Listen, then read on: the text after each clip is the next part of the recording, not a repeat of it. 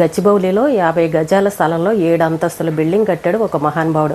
మరి ఆయన కట్టడానికి పర్మిషన్ ఎవరిచ్చారో తెలీదు. మున్సిపల్ అధికారులు లంచాలు తీసేసుకుని ఇలాంటి బిల్డింగులకి పర్మిషన్ ఇచ్చేస్తారు. ఇప్పుడు అది కూలిపోయి పక్క అపార్ట్మెంట్ మీద కూడా పడింది. అలాగే అందులో ఉన్న వాళ్ళకి ఎవరికో గాయాలయ్యాయని కూడా చెప్తున్నారు. సరే, మున్సిపల్ అధికారులు లంచాలు తీసుకున్నారో ఇంకోటి తీసుకున్నారో పర్మిషన్ అయితే ఇచ్చారు.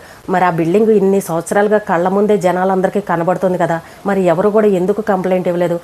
మొత్తం అంతా కూలిపోయి నష్టం జరిగిపోయిన తర్వాత ఆ ఇంటి ఓనర్ మీద కేసులు పెట్టి ఏం ఉపయోగం చెప్పండి? ఆ బిల్డింగ్ ఓనర్ ఏమంటారు, నాకు పలానా వాళ్ళు పర్మిషన్ ఇచ్చారు, నేను పర్మిషన్ తీసుకునే కదా కట్టాను అని చెప్పేసి అతను చెప్తాడు. కానీ చూసారా ఎంత నష్టం జరిగిందో? అదే ఇప్పుడు ప్రాణాలు పోయాయి అనుకోండి, దానికి సమాధానం ఎవరు చెప్తారు?